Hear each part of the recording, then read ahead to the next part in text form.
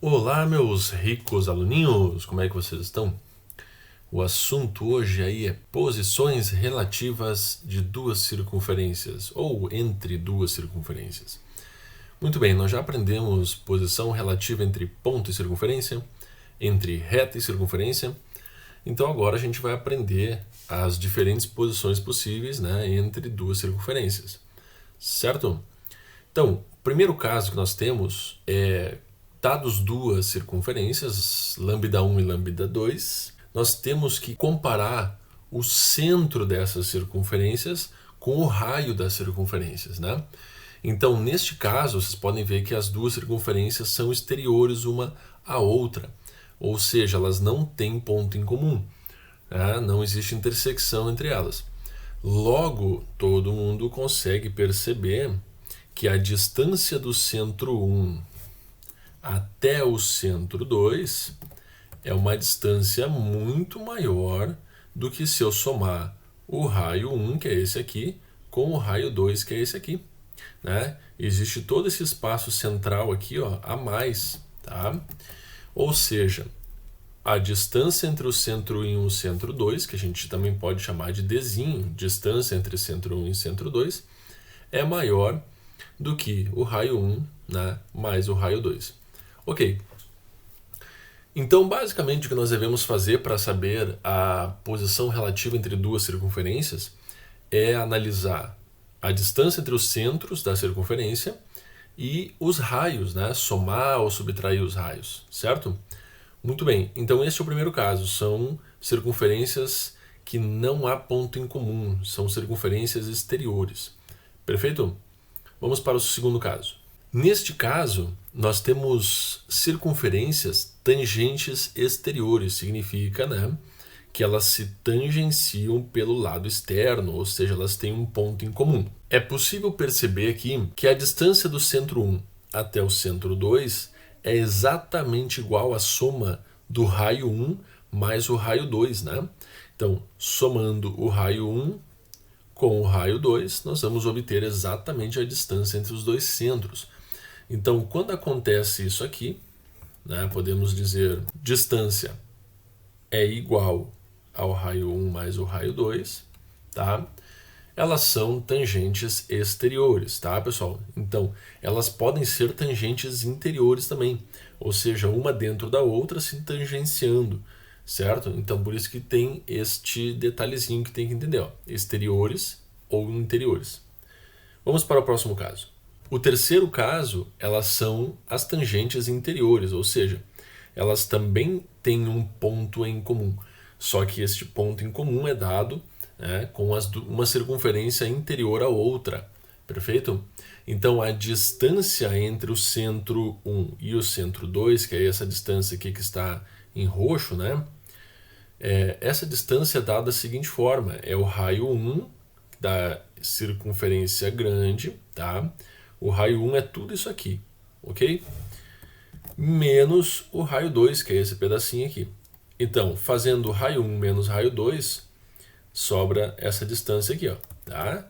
Ou seja, o centro 1 e o centro 2, a distância entre o centro 1 e o centro 2, é o módulo da diferença entre o raio 1 menos o raio 2. Por que está em módulo? Porque quando a gente está trabalhando com equações de circunferência, não importa qual que tem o maior raio, se é a circunferência 1 ou se é a circunferência 2. Então, quando a gente faz a subtração aqui, por exemplo, o raio de uma é 2 e o da outra é 4, fica 2 menos 4. Como não existe distância negativa, nós não podemos dizer que é menos 2, então fica módulo de menos 2, duas unidades de comprimento, certo? Da mesma forma seria se fosse 4 menos 2, aí já ficaria positivo, tá, gente? Então é em módulo, tá certo? Então nós vamos analisar as circunferências, provavelmente as equações das circunferências, e nós vamos retirar das equações o centro e o raio e vamos comparar para ver em qual caso que se encaixa. Perfeito? Vamos para o próximo caso. O quarto caso, nós temos lambda 1 e lambda 2 secantes, ou seja, elas têm dois pontos em comum, tá? Elas têm aqui, por exemplo, um ponto A e um ponto B em comum. Tá? Esse talvez é a mais chatinha de identificar, ok? Então, a distância entre o centro 1 e o centro 2, ele vai obedecer a seguinte regra. Essa distância aqui que está em roxo, né?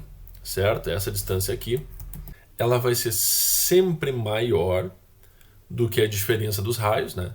Se eu pegar aqui o raio 1, que é isso aqui, e tirar o raio 2, vai sobrar só esse pedacinho aqui.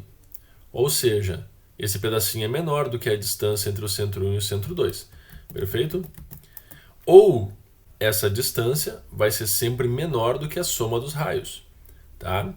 Ou seja, a distância entre o centro 1 e o centro 2, né, vocês podem perceber que nós temos esse raio aqui, e depois nós temos este raio da circunferência menor. Então, se eu somar o raio azul mais o raio 2, é como se eu colocasse aqui, onde acaba uma, continua a outra. Então, isso tudo aqui seria o raio 1 mais raio 2. Tá? Perfeito. Então, o que acontece aqui é que a distância entre o centro 1 e o centro 2 vai ser sempre maior do que o raio 1 menos o raio 2 e vai ser sempre menor do que o raio 1 mais o raio 2.